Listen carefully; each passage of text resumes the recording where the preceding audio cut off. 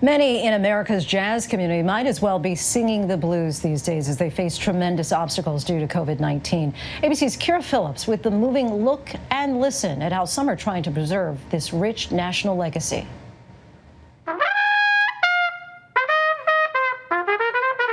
It's been the soundtrack to our lives. Sounds of freedom, surviving decades of struggles, expressing emotions from pain to sheer joy. Jazz has survived so many struggles. It has. Jazz has gone through everything that we've gone through as people. I mean, all of our highs, all of our lows, it expresses it with the note B flat, the note E, all of that, you know. And it's an honor to perform it. It's an honor to tell that story. Ain't no power like the power of the people. The most recent stories, the death of George Floyd and calls for justice, and a pandemic that has devastated minority communities, taking with it music legends emblematic of that struggle. For Sean Jones, jazz isn't just a profession, it's personal. Yes, he tours, but he also teaches. Bo, ba, ba, right? Preserving the legacy of jazz here at the Peabody Conservatory, located not far from Baltimore's famous jazz district, where clubs like Keystone Corner are usually booming with bent and blue notes. But for now, coronavirus has redefined jazz's call and response. We've lost now more than a dozen jazz greats to COVID-19, many more within the jazz community. Yeah, we've lost a lot of heroes, and I heard a quote the other day that every time you lose a legend, you lose a library. Just speaking to those folks, just hearing the stories, what's gone down over the years, hearing their songs, we can never get that back. That's because Sean either knew or shared the stage with every legend lost to coronavirus. Grammy-winning virtuoso Wallace Roney, pianist and composer Ananje Allen Gums, even the great Ellis Marsalis. Take a look at that list of musicians there. And as you look at those names, tell me what goes through your head and your heart. Wow, joy and sadness all in one. I'm looking at my mentors. I'm looking at my friends. I'm looking at inspiration. I'm seeing stories. I'm seeing Bootsy Barnes in Philadelphia when I was a grad student, and I would go up trying to play Cherokee, and he would tell me how sad I was. I hear Ananje's voice on the phone when I recorded a song called Allison, telling me that I have integrity because I didn't play a solo until the very end.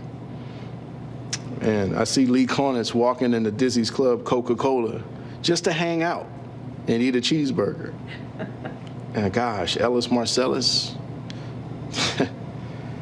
I see myself with a group of young musicians in San Francisco after we just left the stage, and him telling us stories about when he struggled in New Orleans trying to play music in the 70s, and now we get a chance to play in this big, beautiful hall. Rich stories that might have never happened.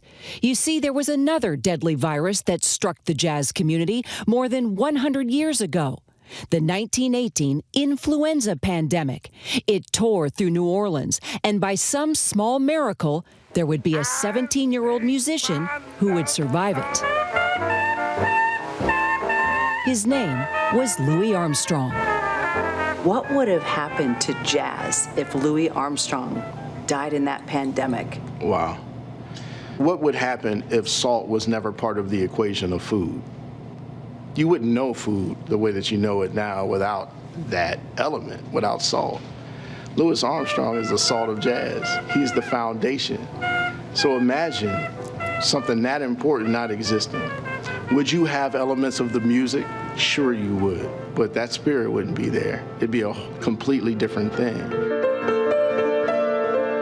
And jazz master Todd Barkin should know. The legendary club owner, jazz curator, and Grammy-winning record producer has seen it all, but never anything like COVID-19 and the impact on these musical masters. They were great teachers and reachers and preachers in our music, and their message is always with us. I mean, we have to live what they imparted to us. We have to live their lesson, or we're not doing our job. The job of keeping alive the roots and the rhythm. It's more than a passion for Sean Jones. It's a calling. As a musician, it is my duty to tell the story of COVID-19 sonically, to express the pain that folks are feeling right now, to express the tears that are shed, the anger, the loneliness, the depression. Jazz is going to get us through this in the way that it always has. It's going to allow us to be who we are, unapologetically. It's going to allow us to cry. It's going to allow us to talk to our neighbors again, to dance. That's what jazz is going to do. That's what all music is going to do. It's going to help us survive.